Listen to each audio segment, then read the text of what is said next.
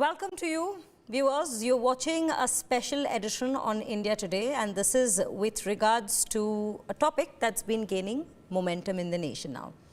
2017 is when the goods and services tax had been launched in the country. Now, just about a decade later, or less than just a decade later, it's being called goods and simple tax. Why so? Because of the next generation reforms that has now been announced by the government. Well, we can definitely say that the reforms are bold at this given point, but to decode it further and analyze it for us, we are being joined by the Confederation of Indian Industries President Rajiv Memani. He's also the chairperson of Ernst & Young Private Limited. Mr. Memani, thank you for speaking to us, and without any further ado, I'll get right into it and take a deep dive. My first question to you would be that, you know, a lot of people have called it an early Diwali gift, while others have called it more of a reform that's come in 8 years too late. As per the CII, how are they looking at these very reforms? Would you say they are in tandem, or rather are complying with the long-standing expectations in terms of making tax structure more simpler and also to the overall economic growth? No, if I was to roll back a little bit, GST came in almost 10 years back. It was one of the most fundamental reforms that India did. And I think we've got a lot of benefit from that in the way financial inclusion and everything else has happened. And India has effectively become one market. After that, you had the reduction in corporate tax rate, which was again brought us in line with what competitive tax rates were in most countries. Then you had personal tax relief that was given at the beginning of this year. And post that, consumption saw some upside, but there was this constant request from industry on two areas. One was to say that earlier the revenue neutral rate was in the 15% zip code, then it had gradually come down. It was between 11 to 12%. And now, post this, I think we are looking at almost 9.5%, 10% revenue neutral rate. So the industry wanted a lower duty rate, GST rate structure, which would be good for the consumer. It would be good for the industry. It would also really give a big push to demand. And hopefully through that process, lead greater amount of private expenditure also in some industries. So I would think, it's very timely. I think it's timed very well as the compensation cess was going away. It was a good time to bring it in. I think it sort of coincides very well with that. Secondly, there is the rate piece of it. There's a lot of structural reform in the announcements that have been made by the finance minister, and those structural reforms were also very much desired. Whether it's simplicity in registration, whether it's taking ease in taking refunds, and other things that they brought in. So I would say it's very timely. Every time a new legislation is brought in, after 7 or 8 years, it requires a refresh. It's very timely refresh. And industry has been requesting for this, especially in the last 6 to 12 months. So first, the government went through this with the direct tax relief that they gave, and then obviously now the GST relief. And at least the CII's view definitely is that this will give a significant fillip to demand and will have a positive impact on GDP, as you'll have a substantial amount of disposable income which will be freed in the hands of the consumer, which hopefully they can use to buy more products and services. So that has a multiplier effect on GDP. It has a multiplier effect on the economy. And I think that's a very, very positive sign. You know, you've raised a very important point here. You're speaking about how and they're all pertinent because you're speaking about how this is a timely refresh instead of what people are calling it 8 years too late. But also there's a question that's been brought in with regards to the timing coinciding with the tariff situation, the tariff war with the United States. Would you say that also had a part to play? No, I think if you actually see, if the GST committees were set up much before tariff, so this kind of change cannot happen in a span of like 2 weeks or 3 weeks. This requires you have to you have to do a lot of work. You have to see how inverted duty structures will work. They've done a lot of simplification on that. Some level of state consultation is required. You are aware that these committees were set up, a while back, 2 committees.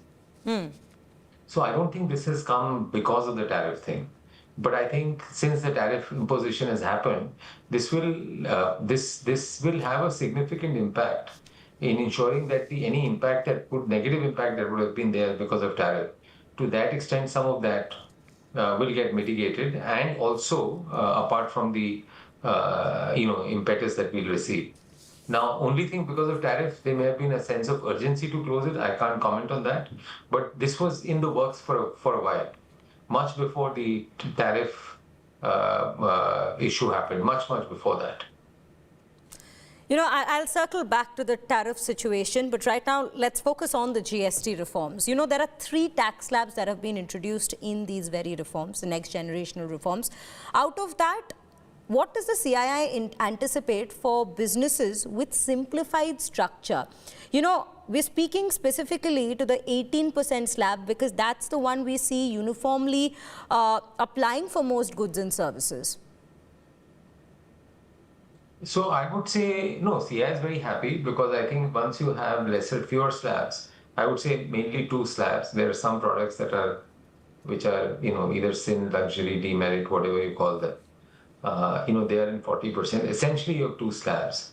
And those items which are of basic needs, essential needs, day-to-day needs, I think they are in the 5%, and mass consumption, they are in the 5% slab. Most of the others are in the 18% slab. I think in a way it's very helpful because any disputes that were arising because of classification issues, I think they get solved. And they've also ensured that any block credit or because of the input credit and everything, I think that also in many sectors, it cannot be fully taken away, but that's also got reduced. So in many ways, it's pretty well thought through.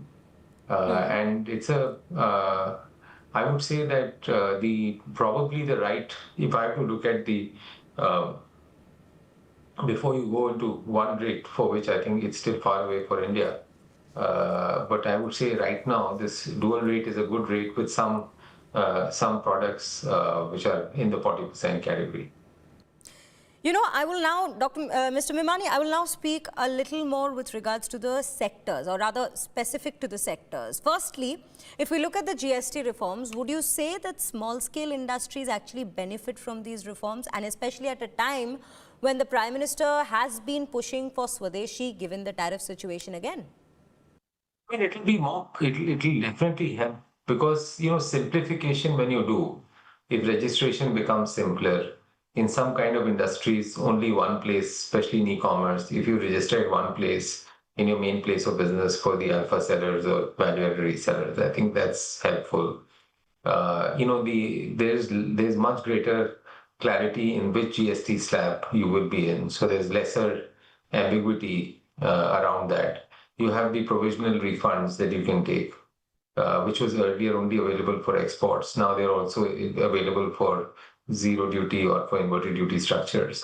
So I would say in all these cases, this will benefit, obviously it benefits all the companies, but larger companies can deal with complexity probably with some greater ease as compared to the MSMEs. I think they obviously are more challenged to deal with more complexity. So to that extent, it's very beneficial for MSMEs, and greater demand in the economy, greater economic buoyancy is always good for the MSME. So yes, I mean, every sector of industry, every size of company will benefit from this.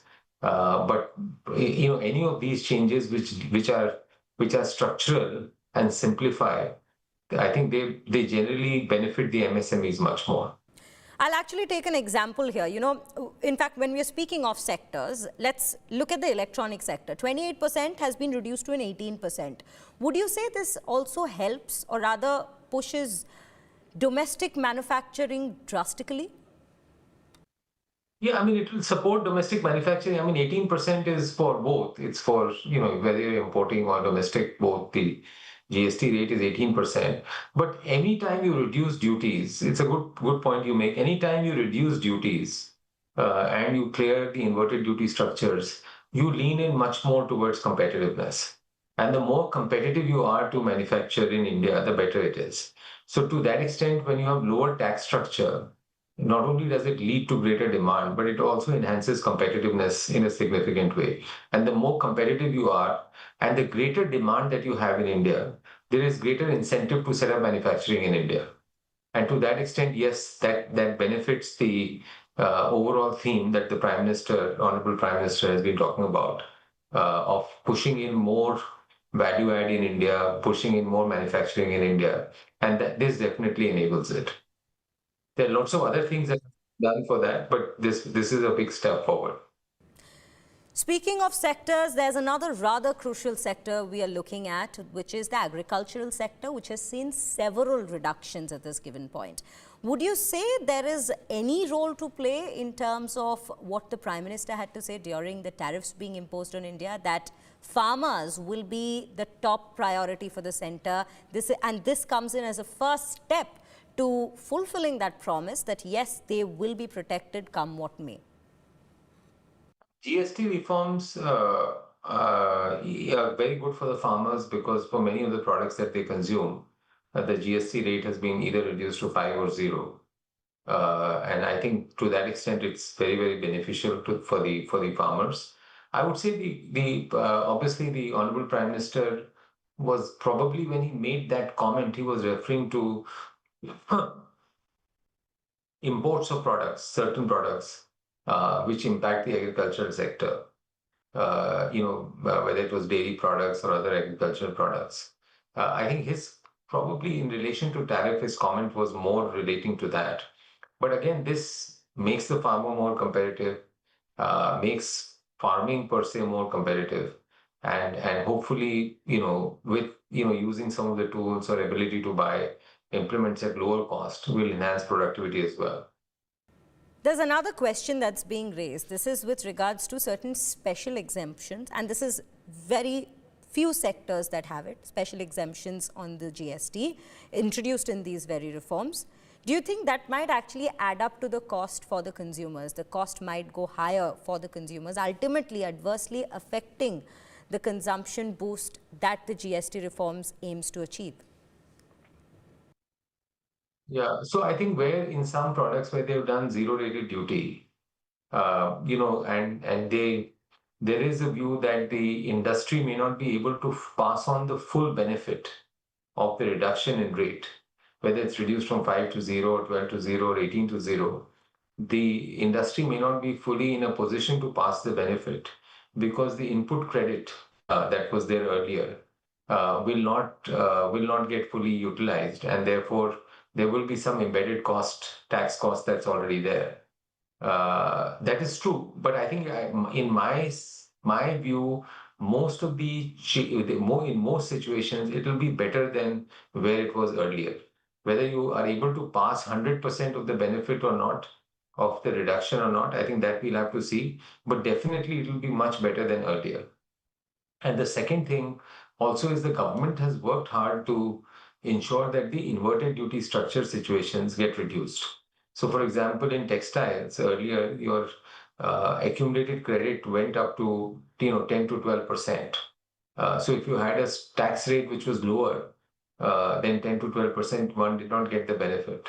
Now that the tax rates have been reduced, it also depends on the price at which the garment is being sold. But from what I understand, I have not done the workings. The input credit has come down significantly. So therefore, the ability of the companies to pass on the benefit to the consumer is much higher. I'll next head into the fiscal situation at this given point. What does the GST, or rather, how does the GST help the current fiscal situation, if at all? Would you say that this new model or this amended model is a fiscally responsible model and one that ensures that it sustains through? I mean, I'll tell you, this government has been very prudent from a macroeconomic stability standpoint. I think whatever numbers that they've given, except COVID, I would say they've held on to their numbers, been generally very conservative in projections. And so and overall, if you see the glide paths that have been announced, they've actually done better than those glide paths in the last 2 or 3 years. So I'm less worried on the macroeconomic side. I think we have to look at the spirit at which this is being done. This is a structural reform. This makes India more competitive. This gives more money in the hands of the consumers. I mean, yes, there could be some fiscal reduction because of obviously money getting in the hands of the consumer with lower taxes. But hopefully that spurs greater demand, that spurs greater consumption, that spurs higher GDP growth. And even if in next 6 months' time there is some shortfall in revenue collection, hopefully that gets made up because of the compensation cess. It gets made up with the higher GDP and therefore higher revenue collections. So I would say that I mean, I don't think this is I mean, they have splurged to a way to an extent where it really impacts the financial health of the economy. I think this is a very I would say very balanced, at the same time very focused in a few areas, and really will give a great spurt to overall demand in the economy, and therefore any temporary loss in revenue will be more than made up by some of the things that I had mentioned earlier. And economic growth, greater employment, greater capex, we need that. India needs that. And I think that are more important goals than looking at what happens in 3, 4, 6 months' time. Plus, government has many levers to if there is a revenue shortfall that happens because of this, A, it will not be substantial, and B, even if it happens and it's not made up by GDP growth or compensation cess, the government has many levers to raise money, and I'm sure they will exercise those choices at the right time. You've spoken at length about how these are more of structural changes to the GST framework, but there still, I'm sure, needs to be a lot that needs to be done within the GST framework at large. What would you be suggesting as the CII president, as the representative from the Confederation of Indian Industries? What would your 2 cents be on this? What more changes are required in the GST framework? Yeah. So I would say, these changes, as I said, were the most important changes that industry has been requesting. And I think it's very positive that the government has brought these changes, reduction in rates, some reforms that have been done. But this process is a continuous process. I think 2 or 3 areas that stand out from at least the way CII looks at it. First is, there's still many duties that are not subsumed as part of the overall GST chain. So, and particularly in the power sector, electricity sector, real estate. So if they get subsumed in that, I think it'll make the overall economy even more competitive. And any breakage of chain causes leakage, it just escalates costs. So I think if we can have that, I think that would be, I would say that's one area we should look at it. The 3 things where we are not subsumed, I think if you can subsume GST in that, I think that would be good. The second is, there are still a lot of criminal provisions that are there within the GST Act. And I think sometimes because of that, especially at the MSMEs and others do get harassed. I think it's very important that we have minimal criminal provisions for genuine mistakes that people make. And, we can have compounding We can have other forms of penalties that can be applied. Right now, for sometimes even smaller mistakes, criminal provisions can be invoked.